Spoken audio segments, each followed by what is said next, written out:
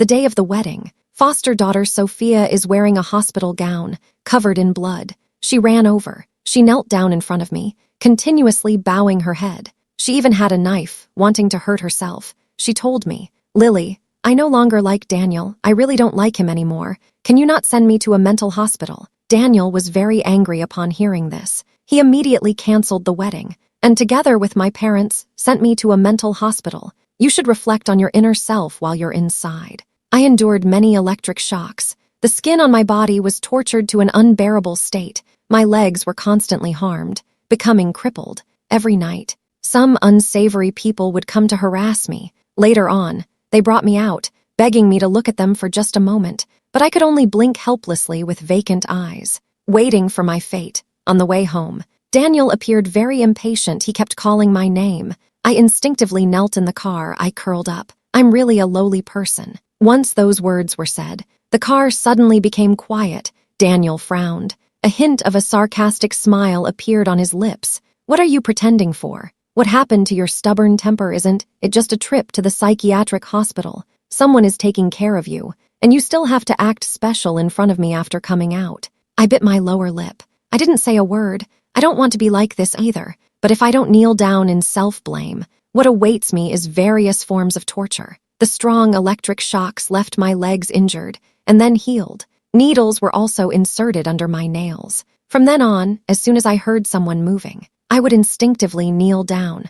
Daniel saw me not speaking. He thought I was deliberately ignoring him, so he reached out to pull me up, but his hand only grasped at empty clothes. In that moment, the black scars on my body were revealed. I was taken aback. I stepped aside. A hint of shock and concern flashed in Daniel's eyes. He grabbed my arm and asked me, "What happened to you?" I followed his gaze and saw a shadowy figure. The skin was very dark. The person's mouth was opening and closing. It seemed to be pleading for mercy. "Don't electrocute me. I was wrong." I know I was in the wrong. Daniel heard these words. He appeared somewhat irritated. With a gloomy expression, he said, "Enough. You're acting too much. Apologize properly to Sophia when we get back. Otherwise, I will personally take you back." The car soon arrived at the Thompson family. Daniel pulled me out and threw me on the living room floor. Then he went to answer the phone. 3 people were sitting on the sofa. I blinked once.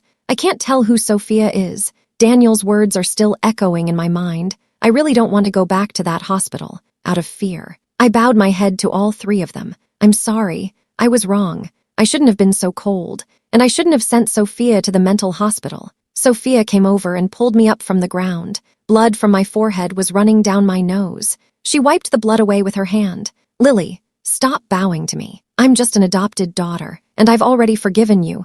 Actually, it's all my fault. If it weren't for me foolishly falling for Daniel, Lily, you wouldn't do this either." Seeing me keep bowing, a hint of pity showed in my mother's eyes. She was about to say something, but after hearing Sophia's words, she looked at me with disdain again. She said, "Like whoever you want to like, this is too much. Dad agrees as well. He said it's true. I will announce immediately. From now on, you are the daughter of the Thompson family. Your last name will be changed to Thompson." I listened to these words. My heart was filled with pain. Sophia was originally just a college student I sponsored. Later, she became my mother's adopted daughter. Before she came to the Thompson family, I was the apple of my parents' eye, especially pampered. Even if I got a small cut on my hand, my parents would immediately stop working and take me to see a doctor. But now, I have blood flowing from my forehead. The injuries on my body still ache, yet my parents completely ignore me. Instead, they take special care of Sophia. I can only tightly hold onto the edge of my clothes, silently hoping they wouldn't send me back. When Daniel came back, he saw the wound on my forehead. His tone was somewhat angry. He said, "Are you acting again? The hospital just called." Only then did I realize that your injuries were self-inflicted. Isn't what you're doing just to make us feel sorry for you? It's truly heartbreaking. You might as well leave this world. Leave. These past 2 years in the hospital, I've endured a lot of torment. Intense electric shocks have damaged my organs. Sometimes they even use various tools to abuse me. Fine needles pierce my body and nails. Up until now, there are almost no intact places left on my body. I don't have much time left. During dinner at night, my parents kindly serve Sophia food. The table is filled with dishes she loves. Sophia smiles sweetly and acts cute. Daniel looks at her with a face full of affection. I sit in a corner of the dining table. I feel different from them. Finally finished dinner.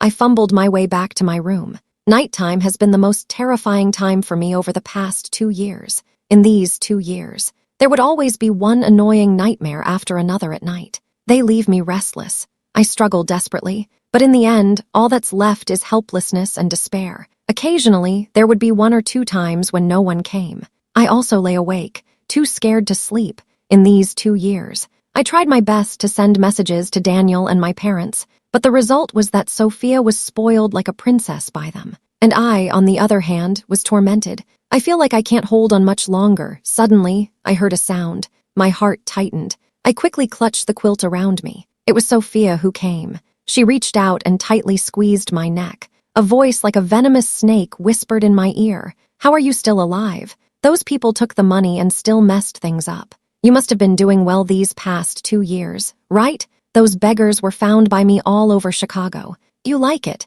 The things I prepared for you were specifically to torment you. But how are you still alive? I'm sorry. I don't want this. Once you leave, I will be the only daughter of the Thompson family. These properties and Daniel are mine." My hand tightly gripped Sophia. I wanted to push her away, but I no longer have the strength. I can't even crush an ant. I feel like I can't hold on any longer. Suddenly, Sophia fell backwards. It made a loud noise. "Please don't do this. Lily, can you not hit me?" In the next second, Daniel rushed in. "Lily, I thought you had changed, but I didn't expect you to be this bad still," he said.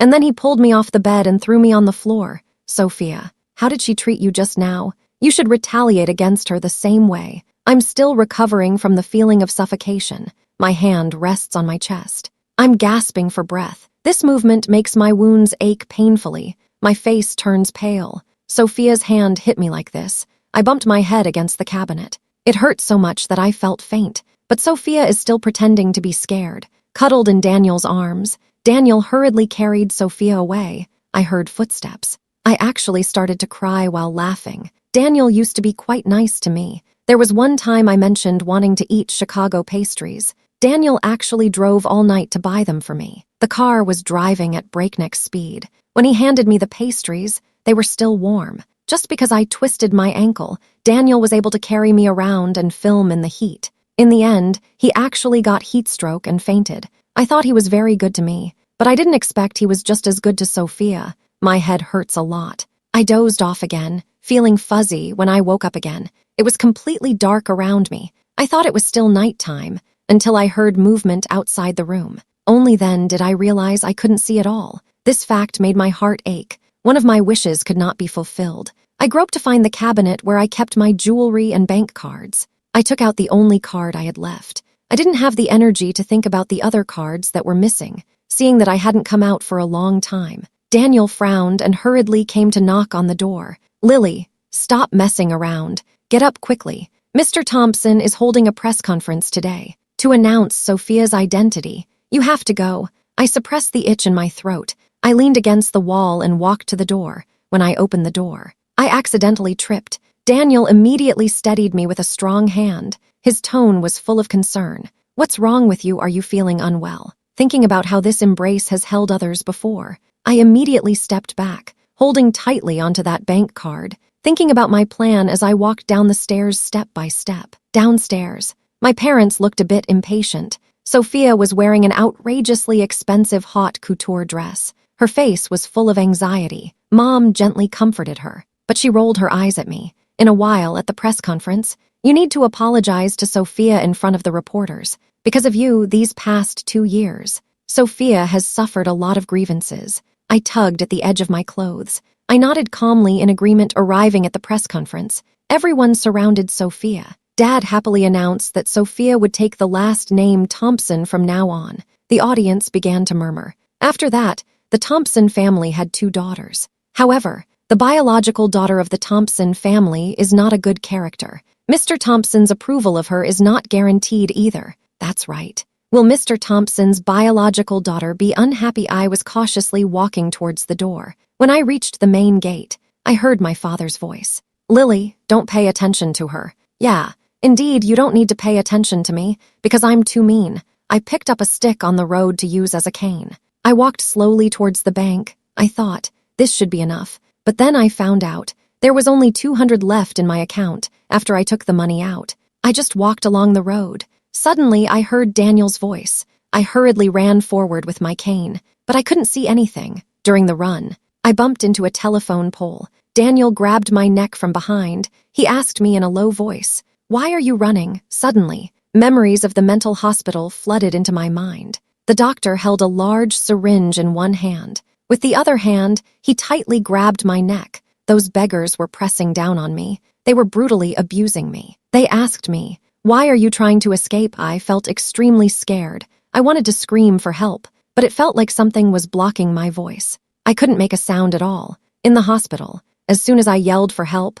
I would be subjected to continuous electric shocks and thick needles piercing my fingers. Until now, my hands are still shaking uncontrollably. I cried. My voice trembled as I pleaded for mercy. "Don't shock me anymore. I was wrong. I won't escape again. Please spare me." Daniel was momentarily stunned. Then he remembered the awkward Sophia at the press conference. His heart grew cold again. "You're pretending again. Just apologize to Sophia again. Why are you hiding?" Do you know how uncomfortable Sophia was at the press conference? I was so scared that I could hardly hear what he was saying. I could only feel my teeth starting to chatter. My body started to shake involuntarily. In the end, everything went black. I fainted. When I woke up, I found myself at Daniel's house. I heard Sophia's voice nearby. She sounded very spoiled. She said, "Daniel, is Lily still mad at me? Is that why she won't apologize to me? However, my feelings for you are not something I can control." Daniel gently patted Sophia's head.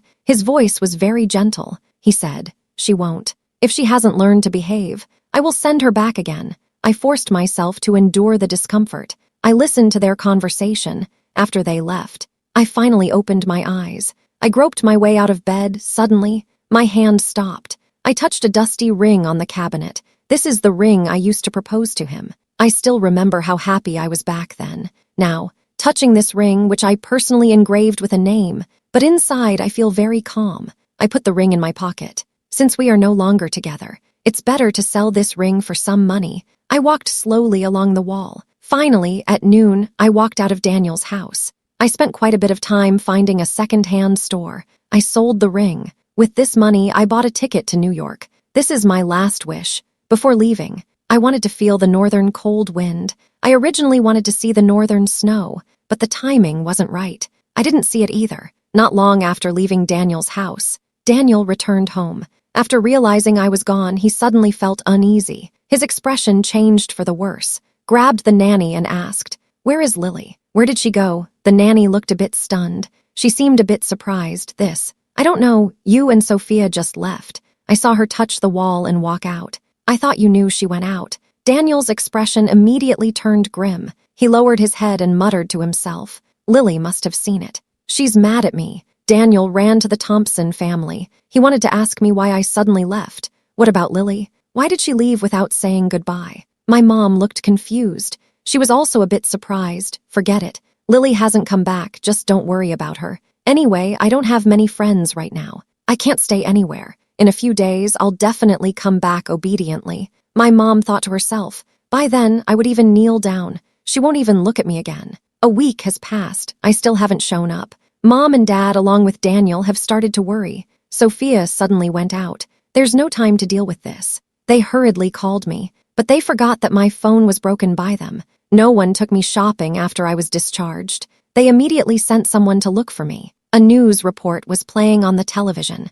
The report said a criminal was caught in the city today. I heard that a woman had been tortured for 2 years. The face of a doctor appeared on the screen, and there was my photo. Daniel's face immediately turned pale. His body began to shake. Mom suddenly turned over. She fainted. After arriving in New York, I felt the cold wind and the scent of fallen leaves. I felt a sense of calm inside. These past few days, I walked around with my cane. Many passers-by saw that I was blind. They all came up to help, very warm. But why are some relatives so cold towards me? I can't figure it out, so I simply stopped thinking about it. My health is getting worse. My stomach has been hurting continuously. My head hurts a lot. My temples are also pulsating. I know I might not have long to live. Today, I barely managed to drink a spoonful of porridge, but I ended up vomiting it all out. The sour liquid was mixed with blood. I was vomiting heavily. Suddenly, a hand grabbed my arm. I looked up. I couldn't tell who it was. The person said,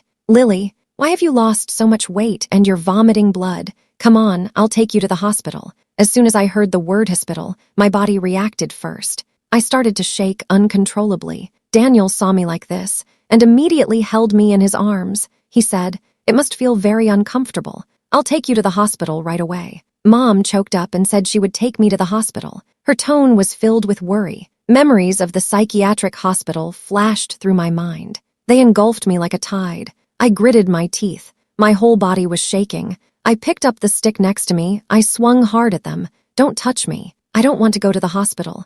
I don't want to suffer. I'm begging you. Don't force me anymore." Daniel dodged the stick. He held my hand tightly. He looked very pained. He seemed very anxious. He said to me, "Lily, don't be afraid. That hospital has been shut down." I was taken aback. Suddenly, tears streamed down my face. The hospital that tormented me for so long has finally been shut down. But I was thinking, why couldn't it have been earlier? If it had been earlier, I wouldn't have turned out like this. I held onto the stick. I couldn't help but cry. Mom held me tightly, feeling heartbroken. "Lily, I'm so sorry. It's all my mom's fault." Daniel was also beside me, saying, "Lily, I shouldn't have sent you there in the first place." I broke free from their embrace. My eyes were vacant. "You are not at fault. It was I who did wrong by Sophia. I deserve this." Daniel frowned and asked, "You and Sophia went to a psychiatric hospital. Why is she fine?" Mom suddenly stopped crying. Her face gradually turned pale. "Sophia, haven't we not seen her for several days?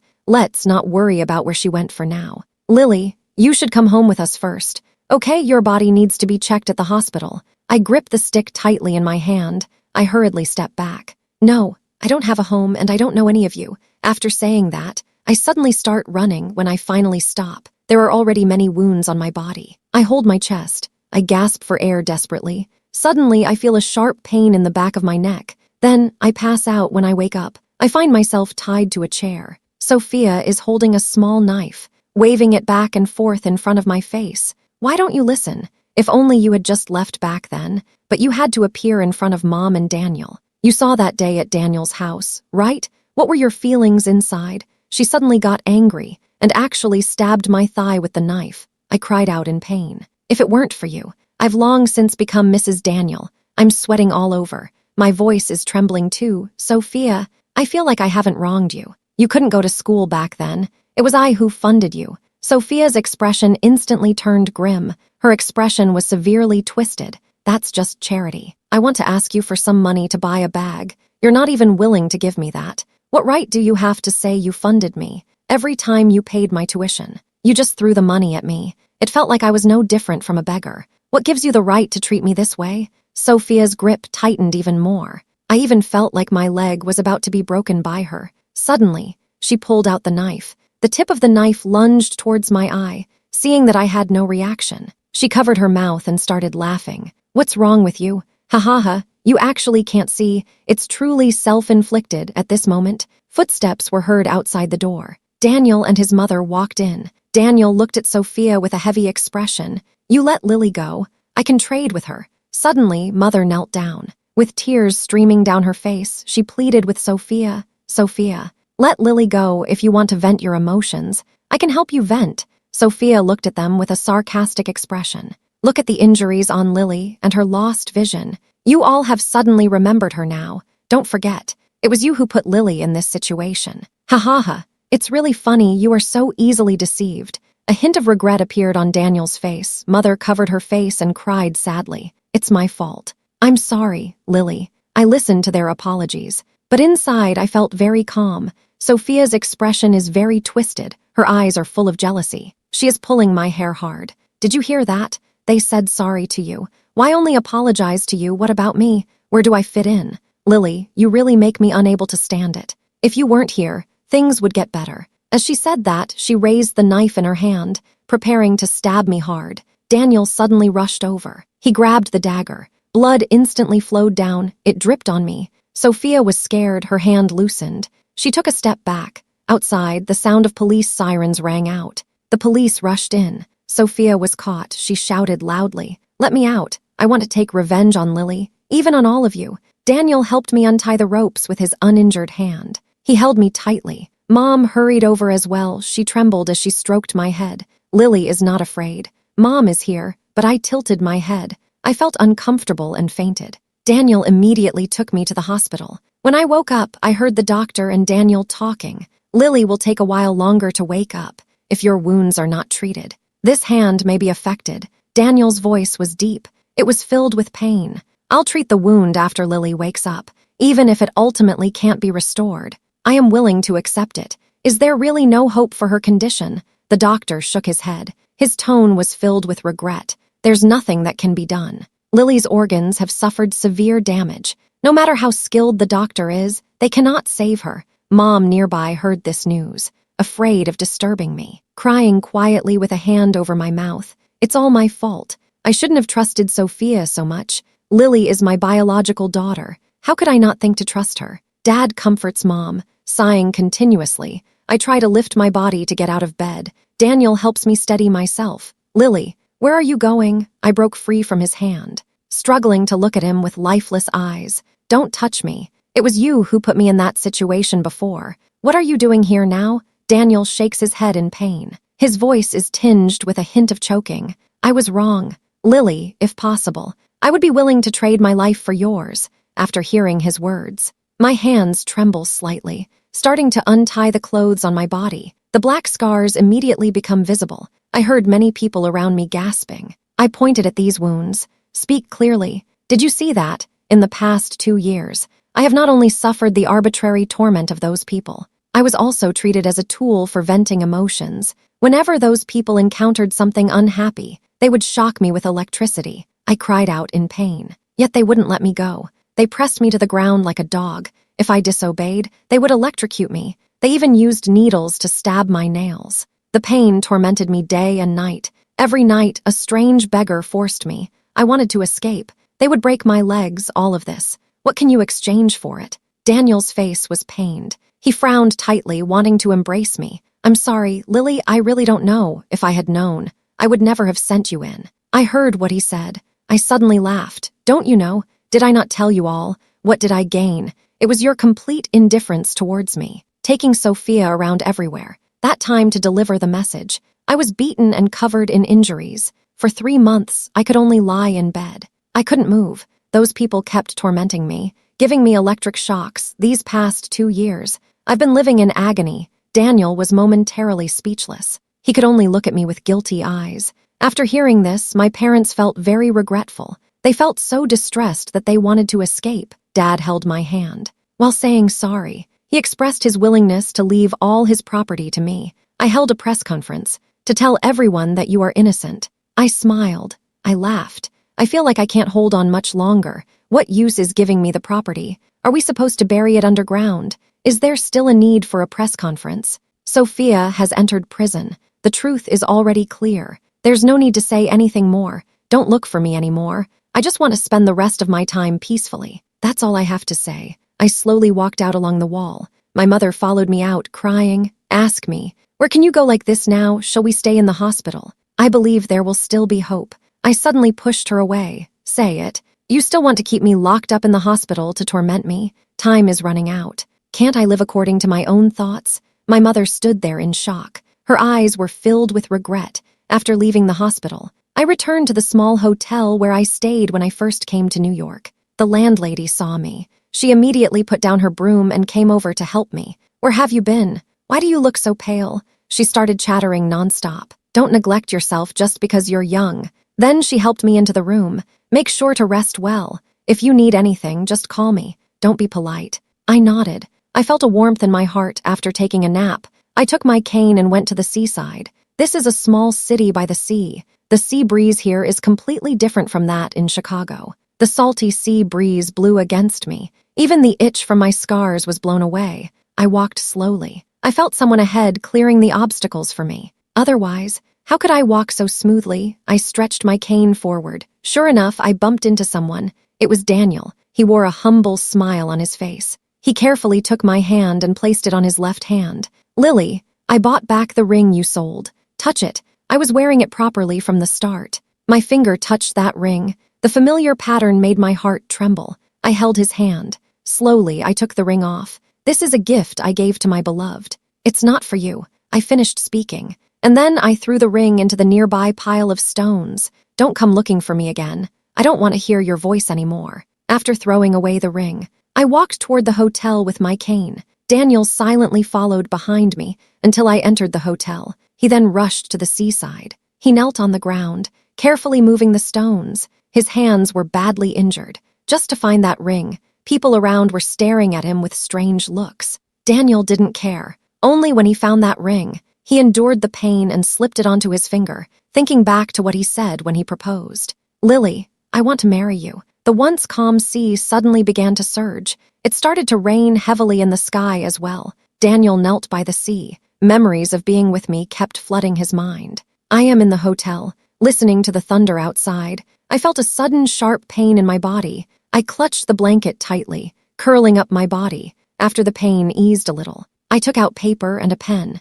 Pressing my finger against the pen tip, I wrote down the doctor's instructions. There is still quite a bit of money from selling the ring. I decided to leave it all to the shop owner. She was the first person to show me kindness after I came out of the mental hospital. I hope to leave her everything I have left. And one more thing. I hope to be buried in New York after my cremation. Chicago has caused me too much pain. I don't want to remain there after I die. I don't want to stay there after I die. After finishing these, I trembled as I lay on the table. I closed my eyes. On a stormy day, I left this world. After Daniel heard the news, he held me sadly. He cried for a whole day and night. He said, "Lily, wait for me. I will find you soon." After saying that, he tried to hit the wall. As a result, the landlady saw it. Her expression was very unhappy. She hurried over to stop him. "I know it was you who took Lily home that day, but I found that Lily didn't seem to want to see you. While she was alive, she didn't want to be with you. Even after she left, she didn't want to see you." After hearing this, Daniel teared up. He angrily punched the wall. My parents rushed over from Chicago. They saw my body. My mother fainted immediately. After the funeral, my memories also disappeared with the cremation. The ashes were scattered according to my wishes, buried in a cemetery in New York, waiting for it to snow in New York. I can clearly see that place. After Daniel returned to Chicago, he changed everything in the house. He put up my photo. Until his death, Daniel never got married. My parents moved everything from Chicago to New York. Every year on the anniversary, they only dare to ask someone to burn some paper money for me. In the days that followed, they can only live with their regrets about me.